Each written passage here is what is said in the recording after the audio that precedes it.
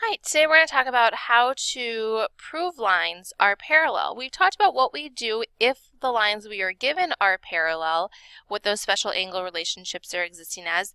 Now we're going to go the opposite way. So if I don't know the lines are parallel and I want to prove that they're parallel, if corresponding angles are congruent, then the lines are parallel.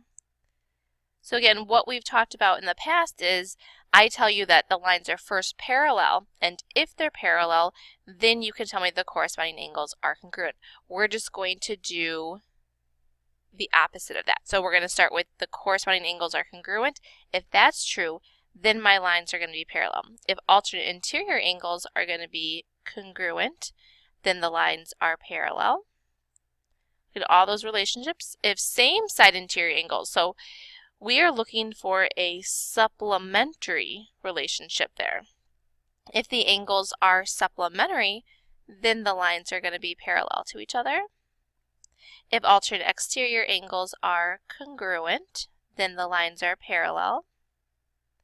If same side exterior angles are supplementary, then the lines are parallel. We think about what relationship existed, what we've known in the past, if the lines are parallel.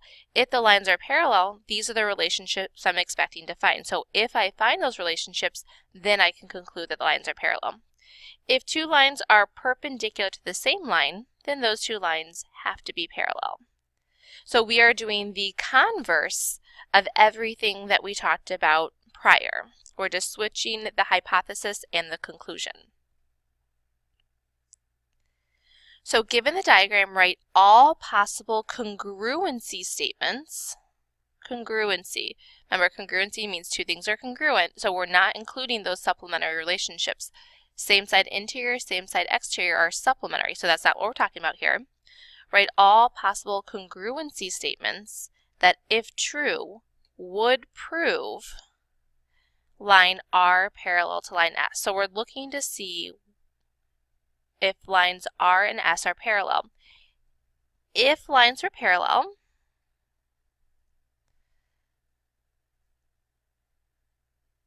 then what would I expect to find? So if the lines are parallel, I would expect to find alternate interior angles congruent.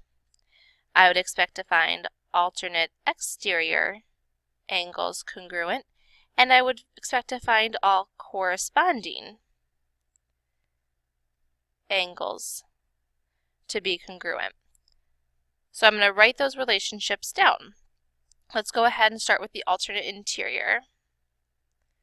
So in order to prove that line R and S are parallel to each other, I would have to show one set of alternate interior angles being congruent. So 5 and 3, those are alternate interior angles. So if I could show that angle 5 is congruent to angle 3, I could prove the lines are parallel. Another set of alternate interiors are 4 and 6. So if I could show that angles 4 and 6 were congruent, then I could show that those angles would be, or the lines would be parallel. I don't have to show all of them. If I can show one relationship, then I can draw my conclusion. I could also prove the lines are parallel by showing that the alternate exterior angles are congruent. So if I have 8 here, alternate exterior, if I could show that angle 8 would be congruent to angle 2, I could prove my lines parallel. Angle 7, whoops, not angle 4. We want alternate exterior. So 7's on the bottom, 1's on the top. Exterior angles show that angle 7 is congruent to angle 1. And last, we could show that the corresponding angles are congruent. And we've always got a lot more corresponding angles. So corresponding, remember, are angles that are in same position. So angle 8 and angle 4, those are corresponding angles. Angle 5 and angle 1. I could also say angle 7 and angle 3. And last, 6 and 2. I could use any one of these 2, 4, 6, 8 relationships, these congruency statements. I could use any one of those 8 to prove the lines were parallel, because if the lines were parallel, those relationships would exist. If the measure of angle 5 and 4, if I add together the measure of those two angles, so let's clean up our graph here, 5 and 4. So here's 5, here's 4. If I added 5 and 4 together and it equaled 180, could that prove that line R is parallel to line S? Yes. We think about what relationship would I expect to find. So I think about the name of the relationship, and those are same side interior angles. So yes, because angle 5 and angle 4 are same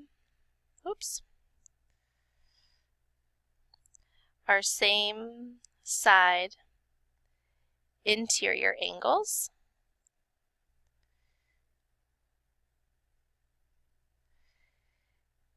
If R was parallel to S,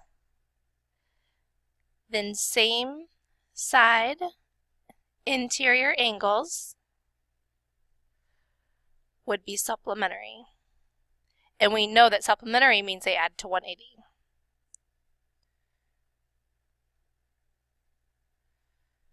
So remember, when you're doing your explanations, make sure that you answer their question, use mathematical support, and correct vocabulary.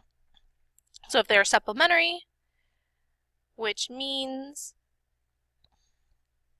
they add to 180. All right, turn on over to the back page. Now this last question is one of the biggest questions. This is going to be a quiz question. This is going to be a test question. This is a big question that you're going to see over and over again. We start with our given information. We are given that line A is parallel to line B. So I'm going to first start by zeroing in and concentrating just on line A and B. So I identify line A, I identify line B. I have to then choose which transversal am I going to use. Am I going to use transversal C or transversal D? When I look at C, there's only one angle on that transversal. I need 2 angles. So in this case, we're going to use transversal D. And again, the reason why we chose transversal D is because I have 2 angles on that transversal. I need 2 angles to relate to each other. So I'm looking at this angle and this angle. I then think about the relationship between those 2 angles. These are corresponding angles. And because I was given that A was parallel to B, I can say that corresponding angles are congruent. So from here, if corresponding angles are congruent, I set their measures equal to each other. Then we solve for x. Since we're moving to the other side of the equal sign, we do the opposite. 32 equals x plus 16. We've got to move that 16 over. Since we're adding, we subtract. We find that x is going to be equal to 16. So that's the first part. The second part is, once you found out what x is, I want to check, and I want to see, I know that line A is parallel to B because I was given that information. But now we want to check to see, is line C parallel to line D? So just like before, we have to choose which transversal do we want. Do we want transversal A or transversal B? When I look at A, there's only one piece. When I look at B, there's 2 pieces. That's what's going to make my decision to choosing transversal B. From here, I look at the 2 angles provided with, and these are alternate interior angles. And we're trying to figure out, are the 2 lines parallel to each other? So alternate interior angles, if the lines were parallel, these angles should be congruent. So our job is to check, are those angles actually indeed congruent? So we plug in 16.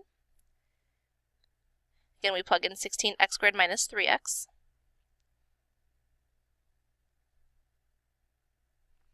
And this ends up with 208 degrees. We plug in 16 over here, 3 times 16 plus 16, and we get 64 degrees. So there's our mathematical support. Then we answer the question. Are the lines parallel? No, because if C was parallel to D, then alternate interior angles would be congruent,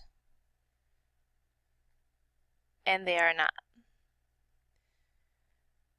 So again, explanation, answer the question, use the correct vocab. The key is what angle relationship are we looking at? We're looking at alternate interior angles. What do we expect to find? We expect to find them being congruent, and I double check my math. I have to have this mathematical support there to justify that answer. All right, so make sure that you go back and you really concentrate on this question right here. This is going to be a big quiz and test question. All right, that's it.